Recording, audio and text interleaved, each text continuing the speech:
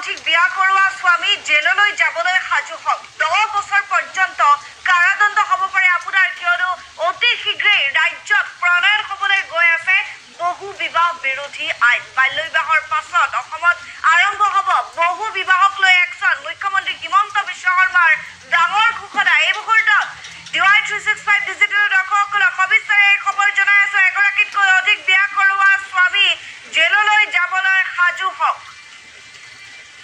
10 বছৰ পৰ্যন্ত আপোনাৰ জেল হ'ব পাৰে কাৰাদণ্ড হ'ব পাৰে আপোনাৰ 10 বছৰ পৰ্যন্ত বাল্য বিবাহৰ পাছত অসমত আৰম্ভ হ'ব বহু বিবাহক লৈ একচন যেটো ৰাজ্যৰ ভিন্ন প্ৰান্তত বহু লোক বহু বিবাহত আবদ্ধ হৈছে বহু বিবাহ পাশত আবদ্ধ হৈছে আৰু এই ক্ষেত্ৰক লৈ মুখ্যমন্ত্ৰী হিমন্ত বিশ্ব শৰ্মাৰ বৃহৎ মন্তব্য ডিসেম্বৰত অসমত আহি আছে বহু বিবাহ বিৰোধী আইন আমি জনাই আছো ডিসেম্বৰ মাহত মাত্ৰ কেইটামান মাহ বাকি আছে ডিসেম্বৰত আহি আছে বহু বিবাহ বিৰোধী আইন जायफ्रा सानै साथाम सासेनि बारा हिन्जाव लायो आरोना दा बिसिनि थाखायहाय ओरैबायदि गाज्रि दिना फैगासिनो दङ डिसेम्बरनिफ्रायनो आरो जोंहा मामाया मा गोदान आयेन खालामदों आङो भिडिअखौ सालायनानै होगोन दा एक्चुअली बेफोरबायदि सानै साथाम लाग्रानि सायावहाय जुदि इनिशिएटिभ लायोब्ला आंथ' बेखौ मोजाङानो मोनगोन जेनेबा मानो होनना बुङोब्ला जोंनि बर' समाजनि गेजेराव गोबांथार बेबायदिनो हबेखौ लानानै खारलाय हबेखौ दोनखारलाय सोरनिबा न'खरखौ सिफायनानै थांलाय बेबायदिनो जाफ्लेगासिनो दङ आरोखि ना दा आंनिब्ला बेफोरबायदि आयेनफोरखौ जायोब्ला मोजाङानो मोनगोन आं गुबुना मा सानो बे बेलेगनि खोथा ओमफ्राय बेजों लोगोसे दाख्लैफोर सिगांफोरथ' जेनेबा जायफ्रा बैसो उन्दैयावहाय हाबा लादोंमोन ना दा बेफोरखौहाय हमबोबाय ओमफ्राय बेजों लोगोसे दायो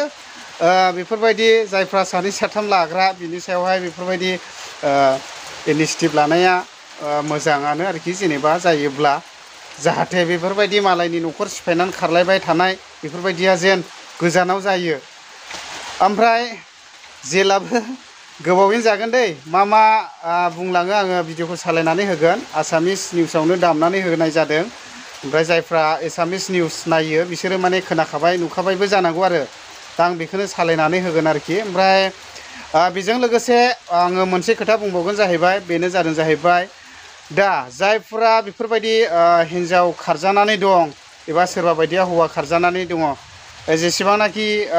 ससियेल मिडियायाव होदोंना ओमफ्राय सोरबा बायदिया बिनि सायावनो फैसा बिहरना जाग्राबो उजिबावबाय आरोखि दा बहुद दुखुनांथावनि बाथ्रा दा ओरैबायदि बुङो नोंनि गोमानाय हिन्जावखौ आं हमनानै मोनबाय माबाय दा नोंनि हिन्जावखौ आं हैनो गारि भारा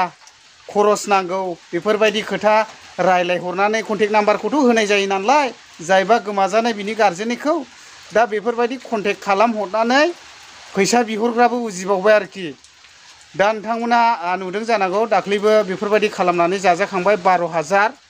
दा नोंनि हिन्जावखौहाय आं मोनबाय माबाय बेफोरबायदि रायलायहरनानै आं हैनो थांगासिनो दङ गारि भारा नांगौ मागौ बेफोरबायदि रायलायहरनानै माने फैसा बिहरना जाबावबाय आरोखि दा बेफोरबायदिबो दङ दा बेनिखायनो आङो बेखौनो बुंगोन जाहैबाय जायफ्रा बेफोरबायदि न'खर सिफायनानै खारजानाय मानाय हिन्जाव खारजानाय बा हौवा खारजानायानो जाया मानो दा जेनेबा सोरबा खोन्थाहरोब्ला नोंनि हिन्जावखौ आं हमनो मोनबाय बा नोंनि गोमानाय हौवाखौ आं हमनो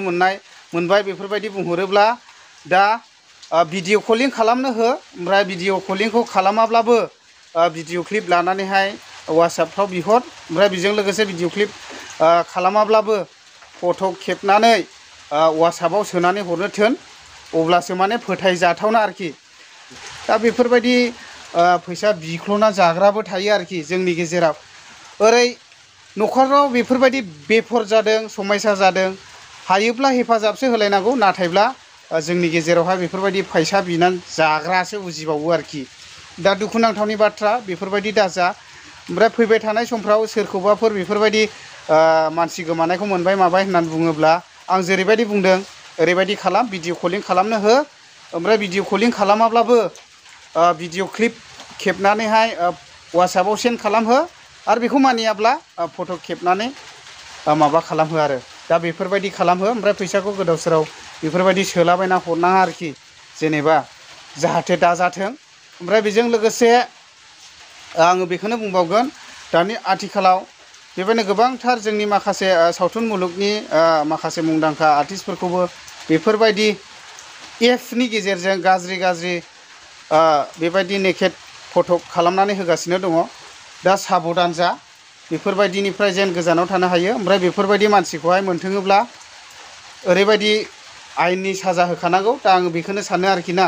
दा दुखुनांथावनि बाथ्रा, बेफोरबायदिया दाजाथों। ओमफ्राय मानो बिदि खालामनानै होनो मोजां मोनो, दा बेबो मोनसे एक्सुवेलि मा हिसाबै मा साननानै बेफोरबायदि मालायफोरखौहाय नेकेट खालामनानै होनो सानो। दा आं बेखौनो दुखु प्रकास खालामो आरोखि। दा बेनिखायनो जायफ्रा बेफोरबायदि खालामो बेफोरबायदिनिफ्राय जानगाराव थानाया मोजां आरोखि।